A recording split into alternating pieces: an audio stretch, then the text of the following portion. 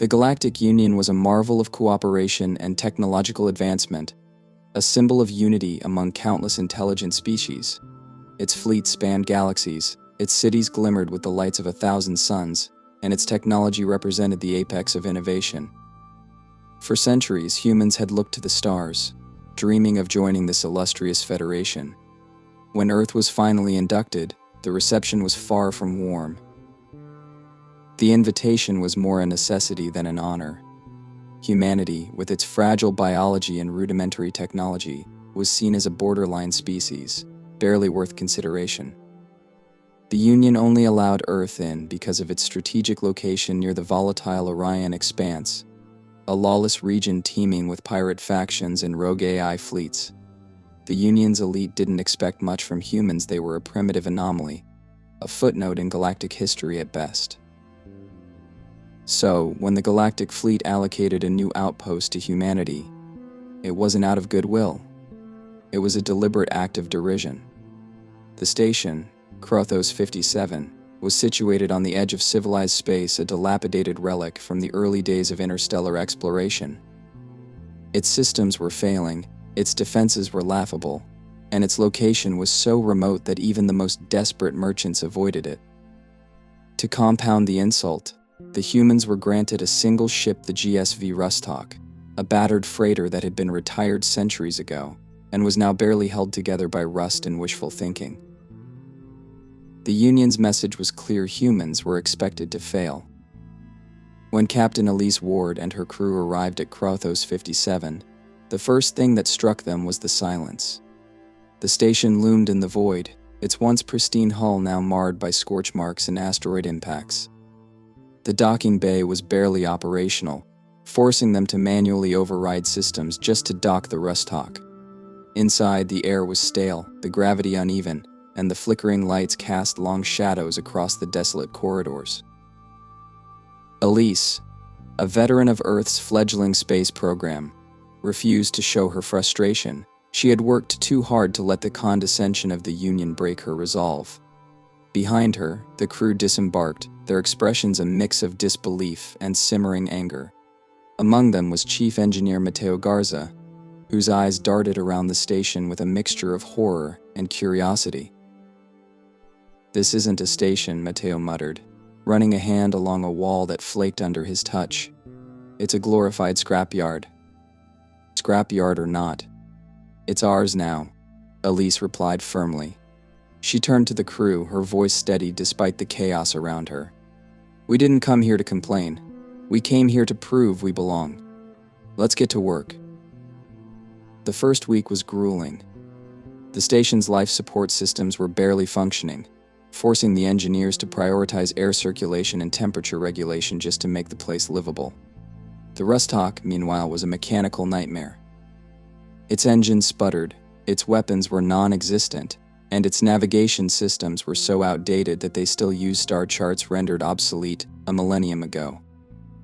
The ship's AI, an antiquated model named Cal-13, was glitchy at best, often speaking in incomplete sentences or responding to commands with sarcastic quips. One evening, as the crew gathered in the station's dimly lit mess hall, Lieutenant Ava Kim, the ship's weapons specialist, voiced what everyone was thinking. "They didn't just give us scraps," she said, her tone sharp. "They gave us a death sentence. This ship, this station, they're mocking us." Mateo slammed his hand on the table, startling everyone. "Good. Let them mock us," he said, his voice filled with determination. "They think we're weak, but weakness is just a problem waiting for a solution. Give me a problem, and I'll solve it." A ripple of agreement passed through the room. Elise leaned forward, her gaze sweeping over her crew. "They expect us to fail," she said. "But what they don't understand is that humans don't give up. We adapt, we innovate, and we overcome. This isn't the first time humanity's been underestimated, and it won't be the last. So, let's show them what we're made of." The crew's morale shifted that night. What had begun as a punishment now felt like an opportunity, a chance to turn ridicule into respect. They threw themselves into their work with renewed vigor, tackling one malfunction after another. Matteo led a team to overhaul the station's power grid, while Ava scavenged old storage units for anything that could be repurposed as weaponry. One day, while dismantling a faulty conduit, Matteo discovered a cache of ancient components hidden within the station's walls. Among them was a quantum flux stabilizer, a piece of technology so rare and powerful that even the Union's most advanced ships would kill to have it. How it ended up in Krothos 57 was a mystery. But Matteo didn't question his luck. He rushed to Elise with the discovery, his hands trembling with excitement. "This," he said, holding the device like it was a sacred relic, "could change everything." Elise studied the stabilizer, a plan already forming in her mind. "If we integrate this into the Rustalk," she said slowly, "we might be able to turn this junk heap into something extraordinary," Matteo finished, a grin spreading across his face. Word of the discovery spread quickly, and the crew rallied around the idea of rebuilding the Rustalk. What had once been seen as a useless relic now became a symbol of hope. They worked tirelessly, stripping the ship down to its bare bones and rebuilding it piece by piece. The process was slow and painstaking, but each small victory fueled their determination. As the weeks passed, the Rustalk began to transform. Its rusty exterior was replaced with reinforced plating salvaged from the station. Its engines, once sputtering and unreliable, now hummed with the power of the quantum flux stabilizer. Ava managed to rig together a rudimentary weapons system, using scraps from the station's armory, while Cal 13's programming was reconfigured to function with more stability, though the AI retained its sarcastic personality. The crew's progress didn't go unnoticed. Nearby alien ships, curious about the humans' activity, began sending surveillance drones to monitor Krothos 57. The Union itself, initially dismissive, started receiving reports of the humans' unusual progress. Most dismissed it as a fluke, but a few began to wonder if they had underestimated Earth's newest representatives.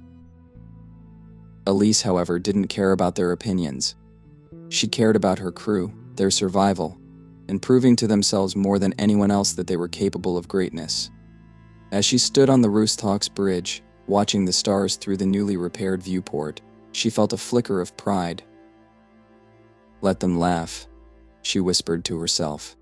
"We'll see who's laughing when we're done." The Rustalk's engines wheezed and rattled as if the ancient freighter itself resented being brought back to life. Matteo Garza crouched inside the ship's cramped engine room, surrounded by a maze of exposed wires and half-disassembled panels. The heat was oppressive, the faint smell of burnt circuits lingering in the air. His team had been at this for hours, and progress was painfully slow. The quantum flux stabilizer, a marvel of engineering that should have been their saving grace, had proven to be as much of a curse as a blessing. Its energy output was far too great for the Rustalk's primitive systems, causing constant short circuits and power surges. "Give me some slack on that cable," Matteo called out, his voice sharp with frustration. A junior engineer hurried to comply, feeding a thick, insulated wire through the narrow conduit. Sweat dripped from Matteo's brow as he carefully connected the wire to the stabilizer's main coupling. A faint hum vibrated through the air as the stabilizer powered up, its energy rippling like caged lightning. "Matteo," Captain Elise Ward's voice crackled over the intercom, steady as always. "How's it looking?"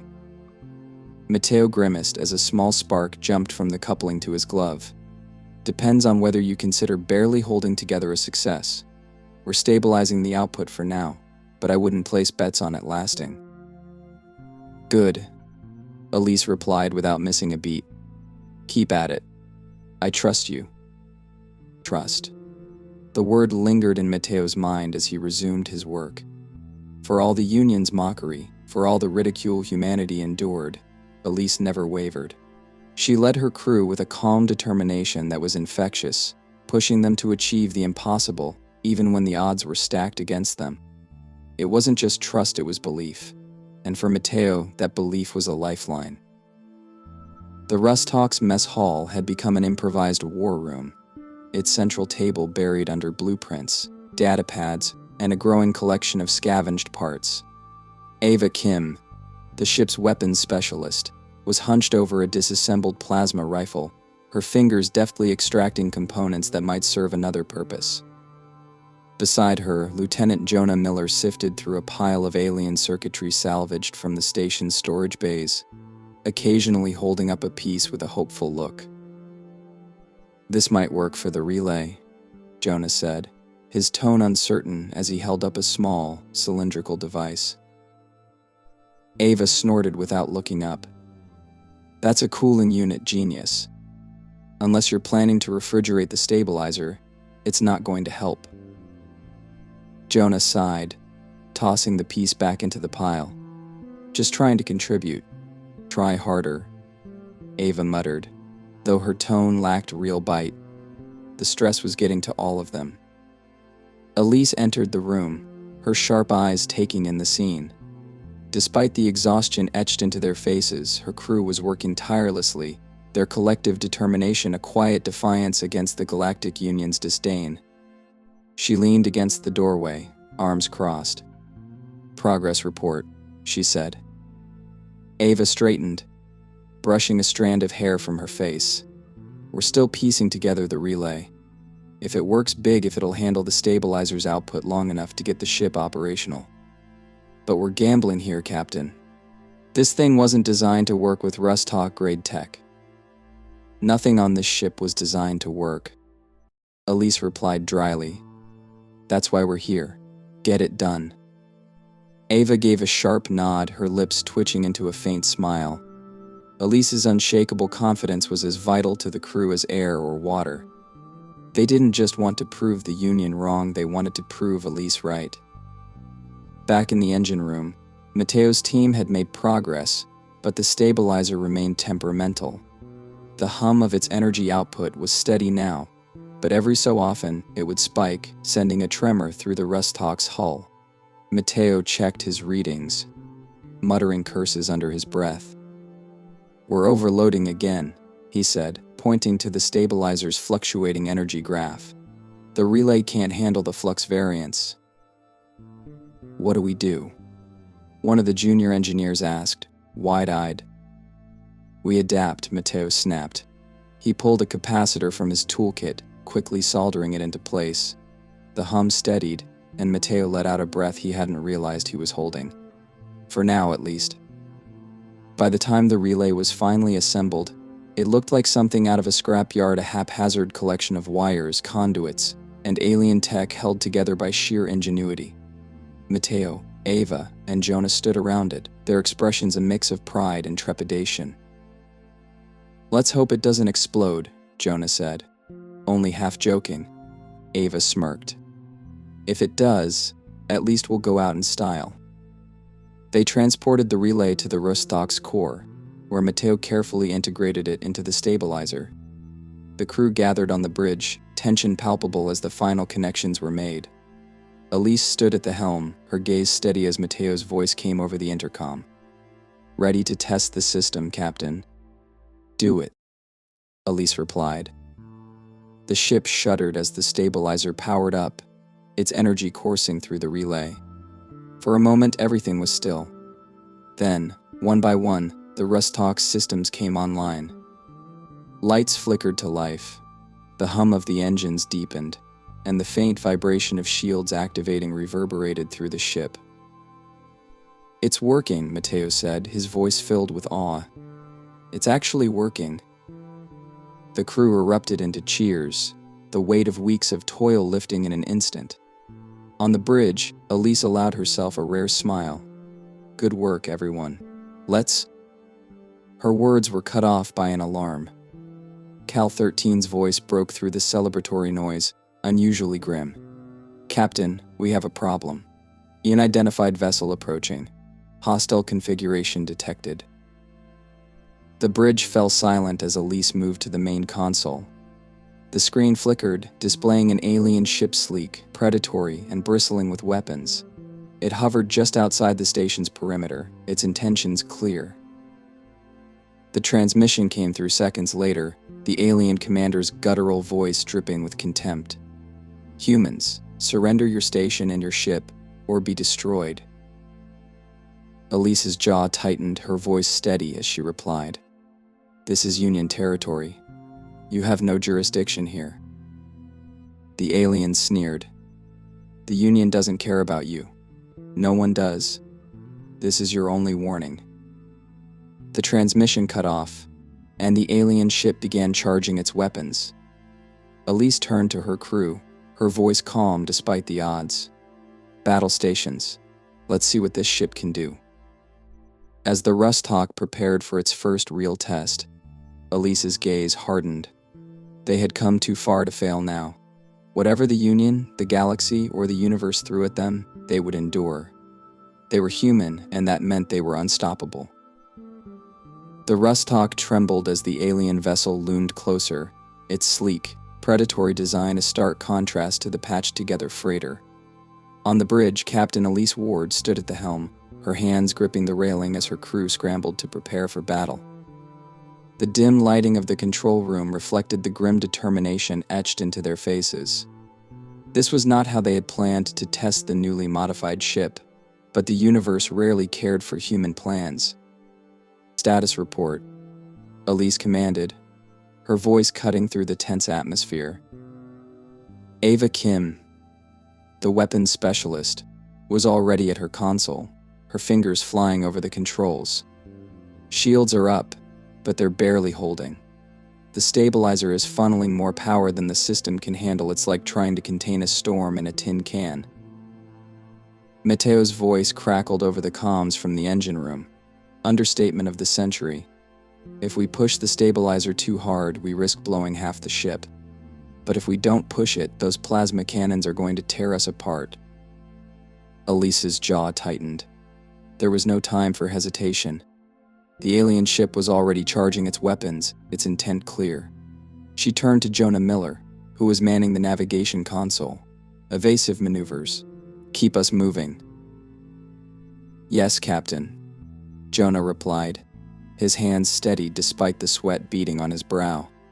The Rust Hawk lurched as he guided it into a sharp turn, the aging ship groaning in protest. The first plasma bolt from the alien ship streaked past them, narrowly missing the hull. The crew braced themselves as the second shot hit the shields, sending a shudder through the entire ship. Sparks flew from one of the control panels, and Cal 13's voice rang out with its usual sardonic tone. "Captain, I regret to inform you that our shields are now functioning at approximately 43% capacity. Shall I prepare a eulogy?" "Not helping, Cal," Elise snapped. "Redirect all non-essential power to the shields. Mateo, can we stabilize the output any further?" "I'm working on it." Mateo's voice was almost drowned out by the hum of the stabilizer and the clatter of tools. "This thing wasn't designed for combat. It's a miracle it hasn't exploded yet." Elise knew he was right. The Rust Hawk had been a glorified scrap heap when they'd started, and even with their modifications, it was far from a warship. But it was all they had, and surrender wasn't an option. Not after everything they'd fought for. "Ava," she said, her voice calm but firm, "what do we have in terms of weapons?" Ava glanced at her console, her expression grim. "The jury-rigged plasma cannons are functional, but their range and accuracy are garbage. The missile launcher is offline, and the secondary turrets, well, let's just say they're more decorative than practical." "Then we'll make do with what we've got," Elise replied. "Focus on targeting their engines. If we can cripple their mobility, we'll have a chance." The alien ship fired again, this time scoring a direct hit on the Rust Hawk's aft shields. The impact sent a jolt through the bridge, knocking several crew members off their feet. Elise held her ground, her eyes locked on the view screen as she barked orders. "Return fire. Make them regret underestimating us." Ava's hands moved swiftly, launching a volley of plasma bolts at the alien vessel. Most of them missed, but one struck the enemy's hull, leaving a scorched mark. It wasn't much, but it was enough to make the aliens hesitate. Their ship slowed, adjusting its trajectory to avoid another hit. "Direct hit," Ava reported, a hint of triumph in her voice. "Barely scratched them, though."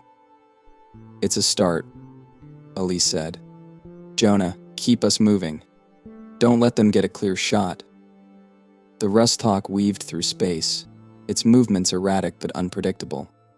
The alien ship pursued, its superior speed and firepower giving it the advantage.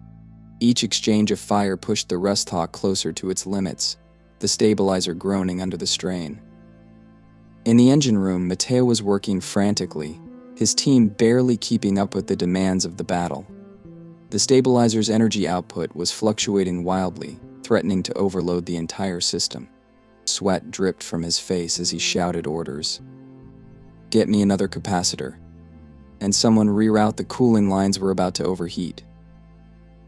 One of the junior engineers handed him a component, their hands trembling. Matteo didn't have time for reassurance. He installed the capacitor with practiced efficiency, the stabilizer's hum leveling out at least for the moment. Captain, he said over the comms, I've bought us some time. But this system wasn't meant to handle this kind of stress. If we don't end this fight soon, the stabilizer is going to fry everything. Understood, Elise replied. She turned to Ava. We need to end this now. Can we focus all firepower on a single weak point? Ava hesitated, then nodded. Their weapons array. It's lightly armored compared to the rest of the ship, but we'll need a perfect shot. Then let's create an opening, Elise said. Jonah, bring us around. Matteo, get ready to divert power to the weapons.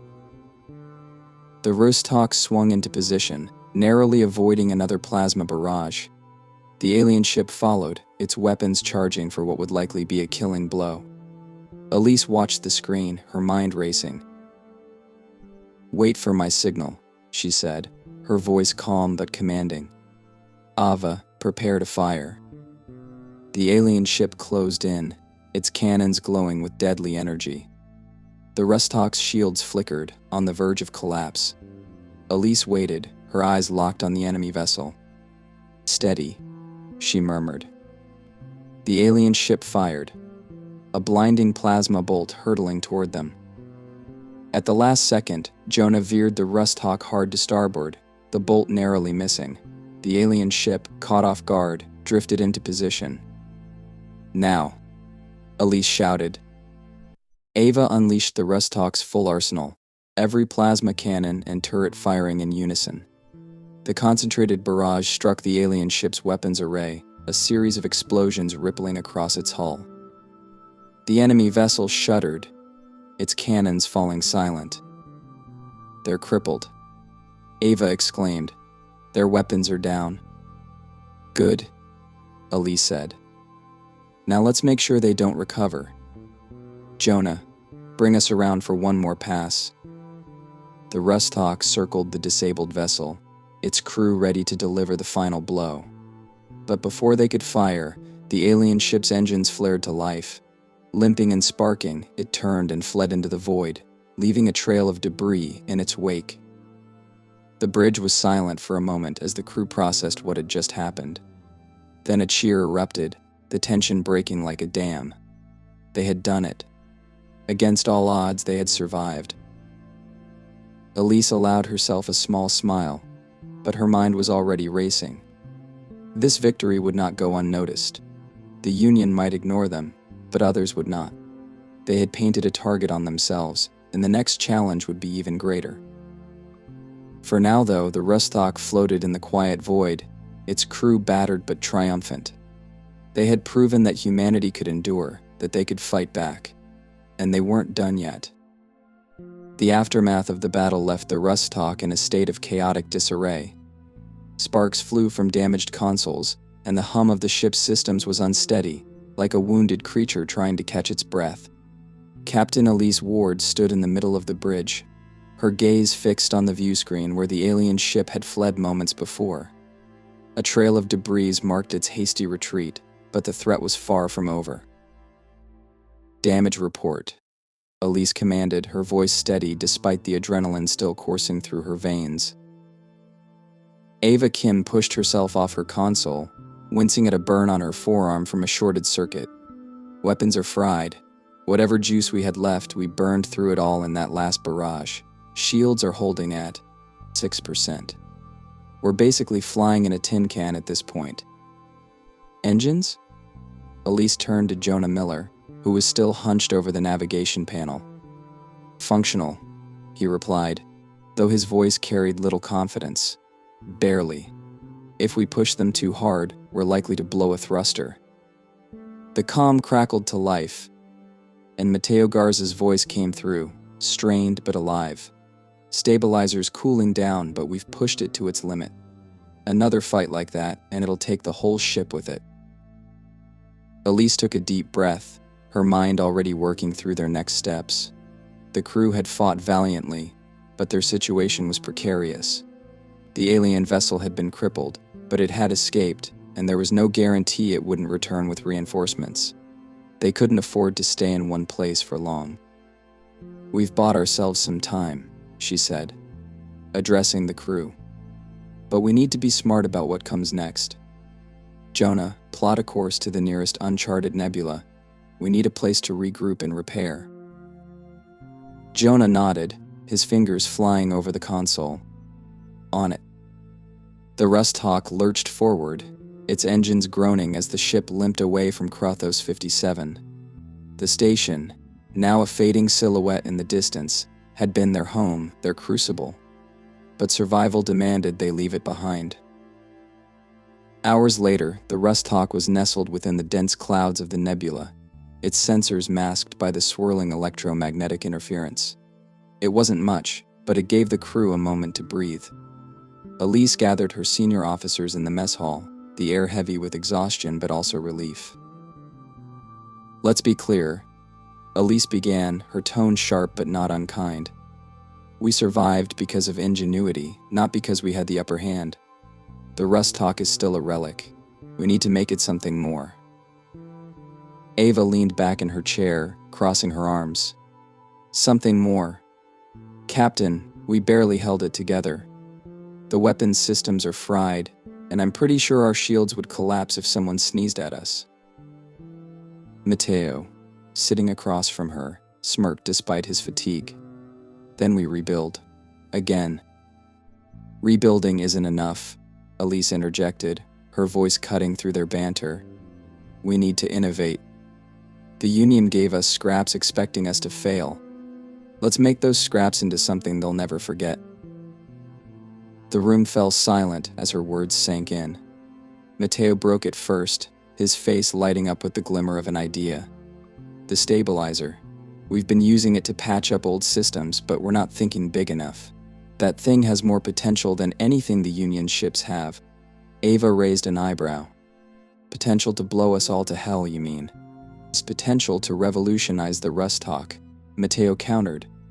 "We're trying to adapt the stabilizer to the ship. What if we adapt the ship to the stabilizer instead?" Elise leaned forward, intrigued.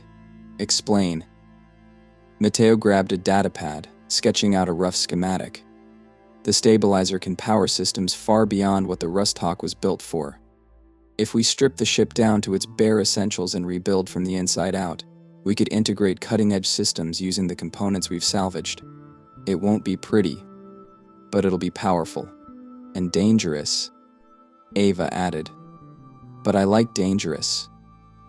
Elise nodded slowly, her mind racing with possibilities. "Then let's do it. We have the skills, and we have the will.